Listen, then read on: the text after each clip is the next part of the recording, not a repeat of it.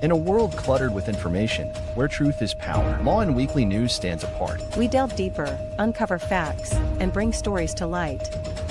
From political showdowns and economic triumphs to the pulse of the street and the heart of the community. We capture the moments that define us, stories that challenge, inspire, and transform. Tune in live Sundays 8 a.m. Central Standard Time and Sundays 6 p.m. Central Standard Time.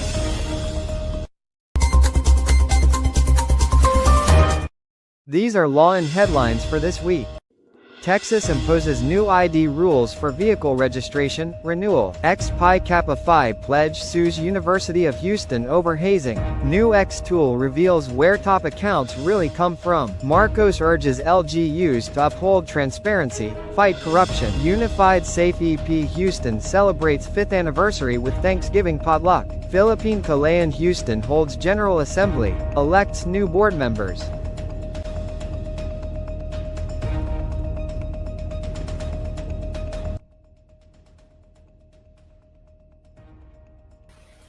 Good day. I am Neska, and tonight we bring you the latest stories in the United States of America, especially the state of Texas. So sit back, relax, and let Lawin Weekly News be your guide to the news that matters most.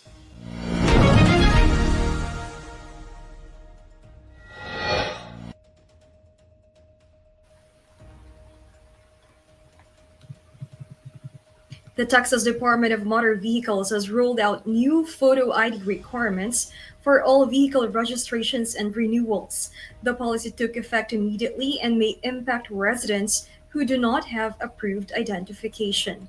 Under the updated rules, anyone registering or renewing a vehicle must show a valid state driver's license, an unexpired U.S. passport, or another approved government issued photo ID. The DMV notified county tax offices of the change on November 18th, followed by licensed vehicle dealers on November 19th.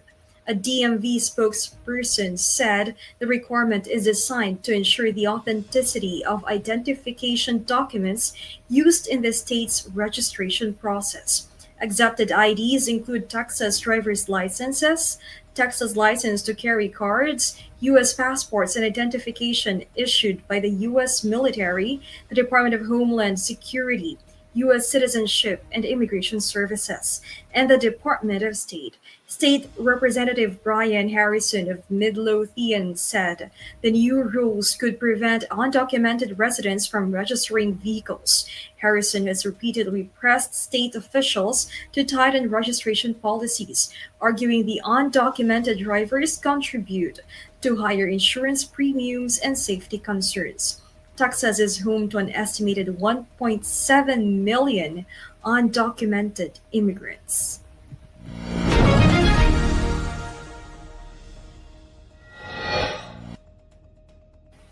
Texas Attorney General Ken Paxton has filed a lawsuit against the Texas Department of Housing and Community Affairs, challenging rules he says prevent religious organizations from receiving public funding.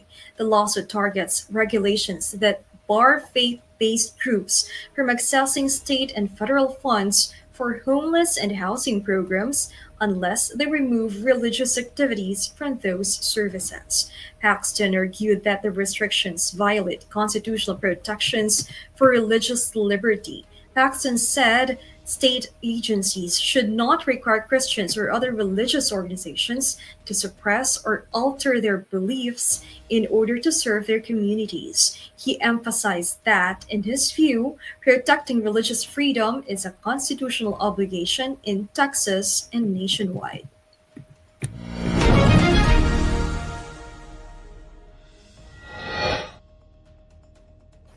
Local small businesses are hoping Small Business Saturday will boost sales as they face slower foot traffic and rising costs.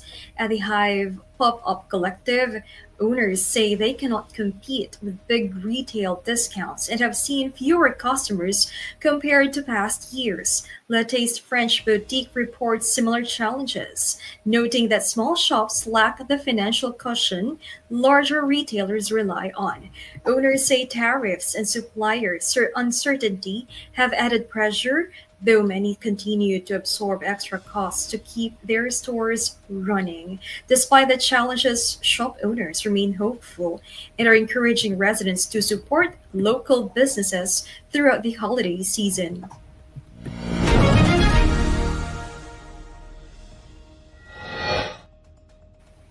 A University of Houston student who has filed a lawsuit in Harris County alleging he was subjected to severe hazing by members of the Pi Kappa Phi fraternity's Beta Nu chapter during the fall 2025 semester.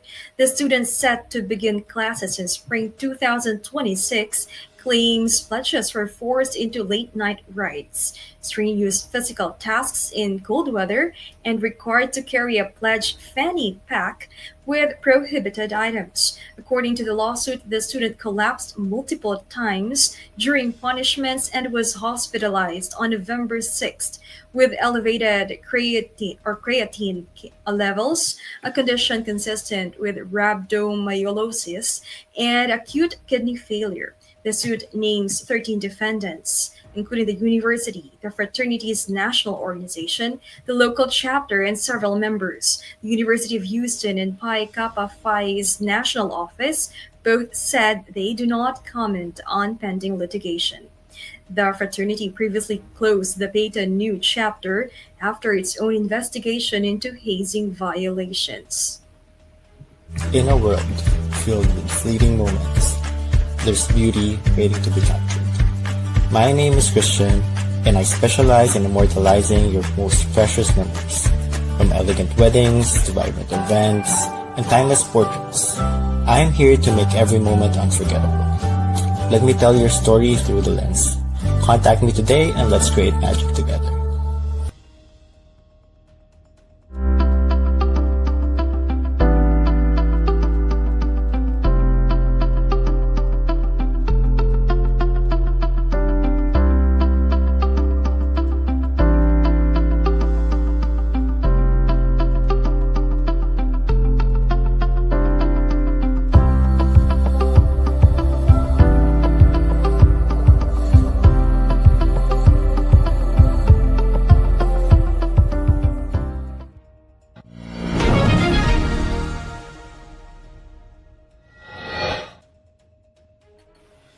Austin Wildlife Rescue is relocating its animal intake center to a new site at 811 E 13th Street near I 35.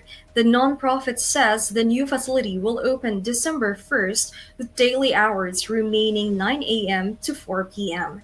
The intake center, previously located on Martin Luther King Jr. Boulevard, is where injured, sick, and orphaned wildlife receive initial assessment and care before being transported each night to AWR's Rehabilitation Center in Elgin. Executive Director Jules Marin said the move will make the center more accessible to the public and better equip the organization to handle rising demand. AWR has already taken in more than 10,400 animals this year.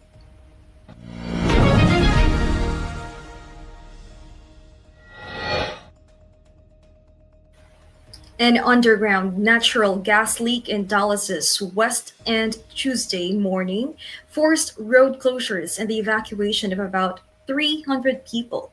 Dallas Fire Rescue reported the leak around 9 a.m. near Ross Avenue and North Market Street. A hazmat team and Atmos Energy crews traced the source to a damaged 6 to 8-inch gas main. Four buildings, two commercial and two residential, were evacuated, and several nearby streets were closed. Atmos Energy has since sealed the line, and repairs are underway. Officials say only the area between North Record Street and Ross Avenue and Corbin Street and North Market Street remains closed while crews continue venting buildings. Evacuations will be lifted once gas levels return to safe levels. Dallas Area Rapid Transit briefly suspended service in the West End during the response.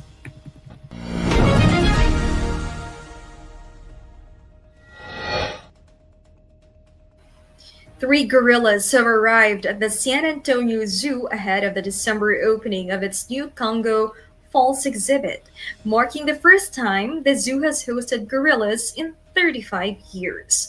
The gorillas Andy, Mary, and Anaka were transferred from Zoo Atlanta as part of the Gorilla Species Survival Plan. The zoo plans to eventually house seven gorillas in a 2-acre environment that blends three habitats and offers immersive viewing opportunities for visitors. San Antonio Zoo President and CEO Tim Morrow said the gorillas bring unique personalities and opportunities for conservation education. The Congo Falls exhibit is set to open on December 13th at 10 a.m. Gina Ferry, Vice President of Collections and Conservation at Zoo Atlanta, noted the move allows the gorillas to join a new troop and highlights collaboration through the survival program.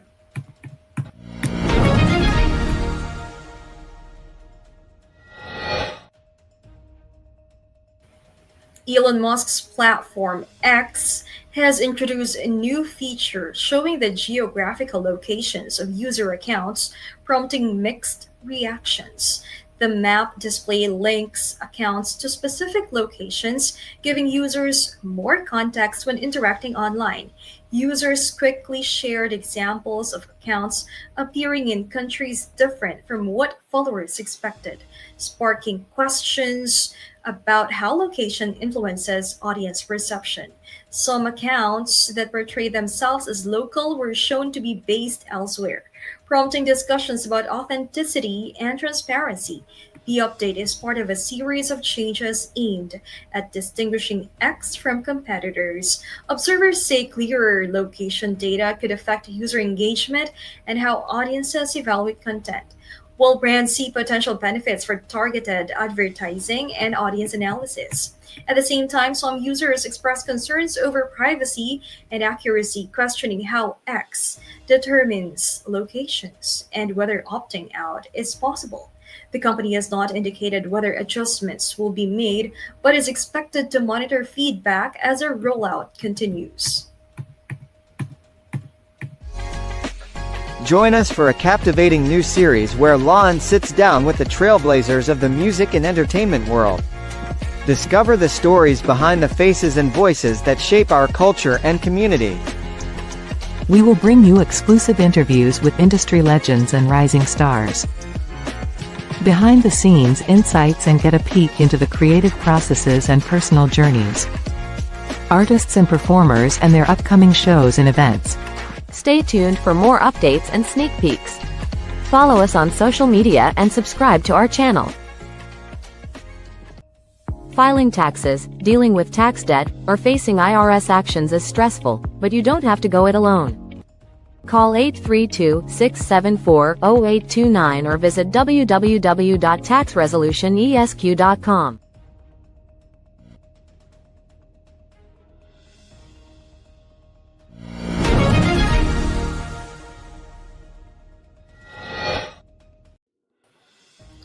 President Donald Trump took part in the White House's annual Thanksgiving turkey pardoning ceremony on Tuesday, sparing two birds named Gobble and Waddle.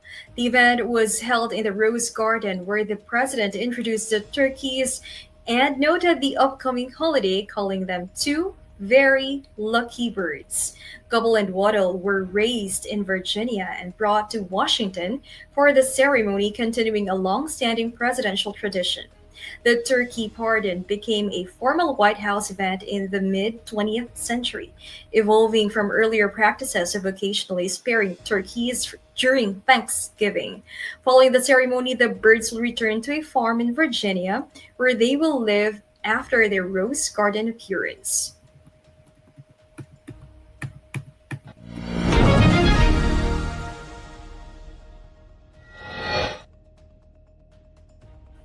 President Ferdinand Marcos Jr. urged local government officials and DILG regional personnel to prioritize transparency and accountability in public projects. Speaking at the Subay Bayani Awards 2025 at the Manila Hotel, Marcos stressed that open governance is key to regaining public trust. He noted that providing citizens access to government processes empowers them to hold officials accountable. The president highlighted highlighted the recently launched DPWH Transparency Portal, which lets the public track public works from procurement to project completion. This year's awards recognized 9 top performing LGUs, 126 exemplary LGUs, and 3 DILG regional offices. Marcus said their achievements show that clear processes and data build public trust and strengthen government service delivery.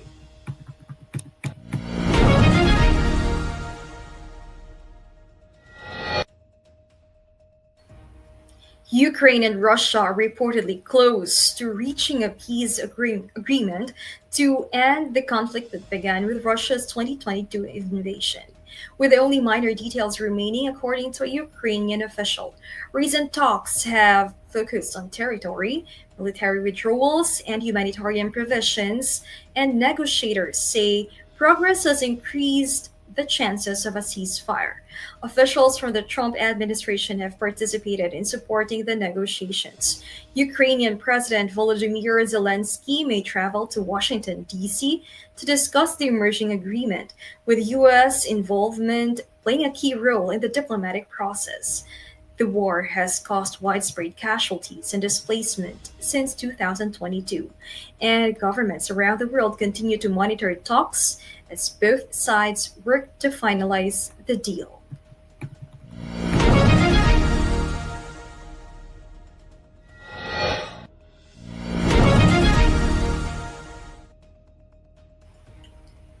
The Houston chapter of Unified Safe EP, a partnership between the United Federation of Filipino American Educators Incorporated, or Unified, and the Society for the Advancement of Filipino Educators and Education Professionals, or SAFE EP, marked its fifth anniversary with a Daisy Anniversary and Thanksgiving Potluck luncheon on November 22nd at the Woodland Center.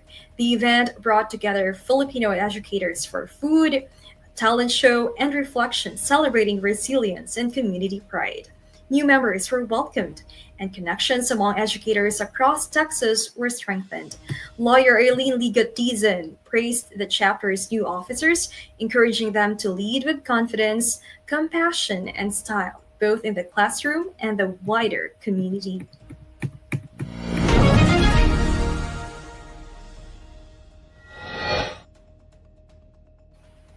Philippine Kalayaan Houston held its General Assembly on November 22nd at the Philippine Consulate General, bringing together leaders from Filipino community organizations across Greater Houston. Under outgoing Chair Clemente Logroño Jr., the group ratified amended bylaws designed to strengthen governance and improve planning and execution of community activities.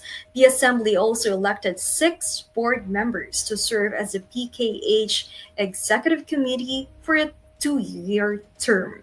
The newly elected members are Christina Escona, Claudette Rivote, Jonathan Gecomo, Nilion de Malaluan Jr., Salinde Gallegos, and Ana Dakigan. Consul General Gunther Salas congratulated the board and reaffirmed the Philippine independence, or noting its key role in organizing the annual Philippine Independence Day celebrations in Houston. He praised the group for its past successes and expressed confidence in an equally outstanding observance in 2026.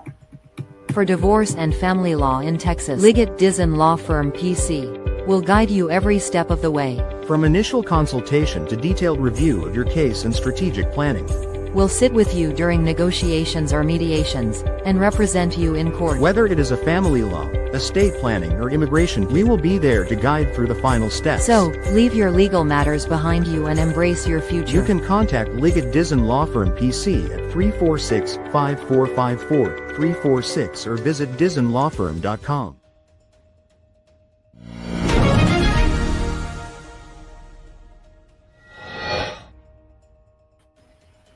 Cambodia will skip 8 sports at next month's Southeast Asian Games in Thailand over safety concerns, an Olympic official said Thursday.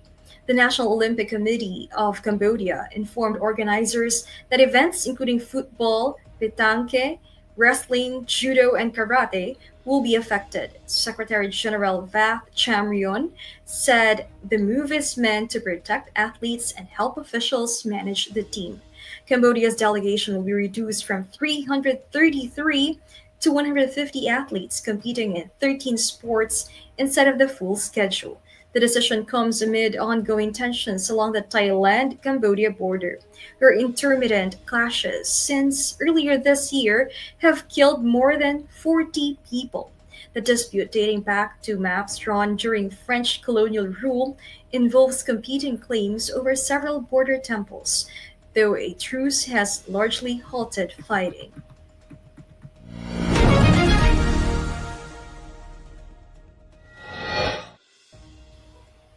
Eliza Solomon has rejoined Alice Filipinas as the national women's volleyball team gears up for the 33rd Southeast Asian Games in Thailand.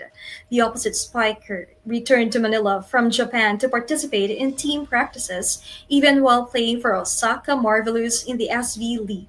Several other players, including Bella Belen, Leila Cruz, Vanny Candler, and Don Katindig can now fully focus on the Southeast Asian Games after their teams were eliminated from the PVL Reinforced Conference quarterfinals.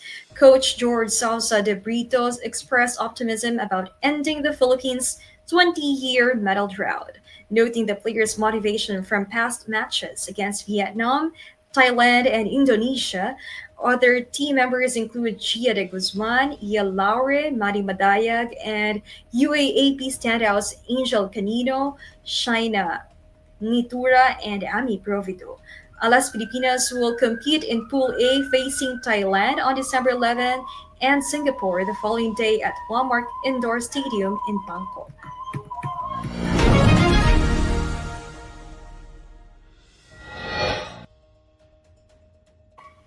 Millie Bobby Brown celebrated the premiere of the final season of Stranger Things with a heartfelt Instagram tribute to the show and its creators Matt Ross Duffer, reflecting on her 8-year journey as Eleven, the telekinetic girl at the heart of the series. Brown shared photos of her younger and current self. She thanked the Duffer brothers for the opportunity and encouraged fans to enjoy Volume 1 of the final season.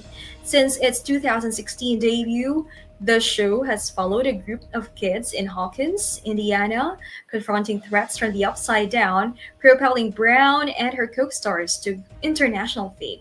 Her performance earned multiple Emmy nominations and launched her film career, including roles in Godzilla and Enola Holmes.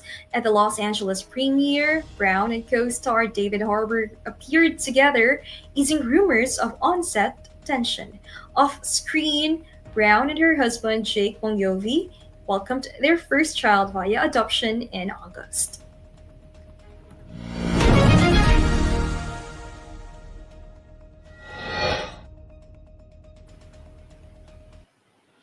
Broadcast journalist Adam Aralio confirmed Friday that he is in a long-term relationship and said he is ready to settle down. During an interview on Fast Talk with Boy Abunda, Aralio shared that his partner is publicly known, though he did not disclose her name, and noted that social media users have likely seen them together. He emphasized that he keeps a balance between his public and private life on marriage. Araldio said he is ready to be a husband but has no set timeline, adding that he hopes his partner shares the same outlook.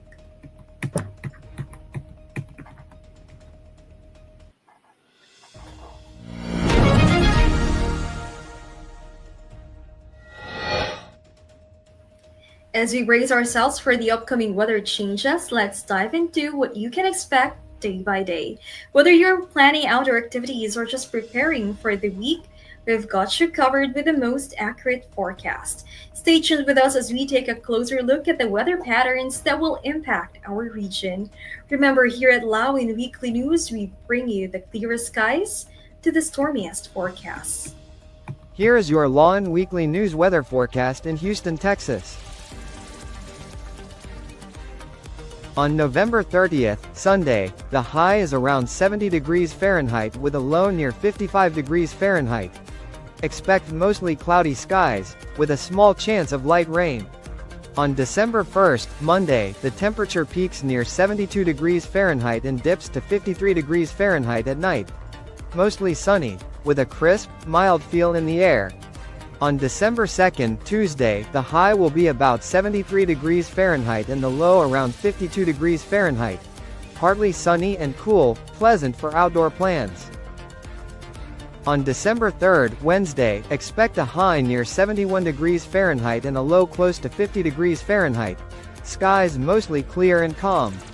On December 4th, Thursday, the high is around 69 degrees Fahrenheit with a low of 49 degrees Fahrenheit. Partly cloudy with a gentle chill, especially overnight. On December 5th, Friday, the high will be about 68 degrees Fahrenheit and the low around 48 degrees Fahrenheit. Mostly sunny with some clouds, cool but comfortable. On December 6th, Saturday, the temperature peaks near 70 degrees Fahrenheit and dips to 50 degrees Fahrenheit. Expect sunny to partly cloudy skies. A nice early December day.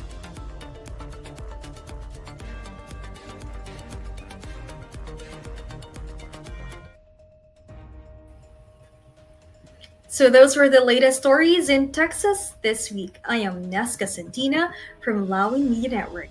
Have a great day. Lawin Weekly News. Tune in live Sundays 8 a.m. Central Standard Time and Sundays 6 p.m. Central Standard Time. Lawin Weekly News.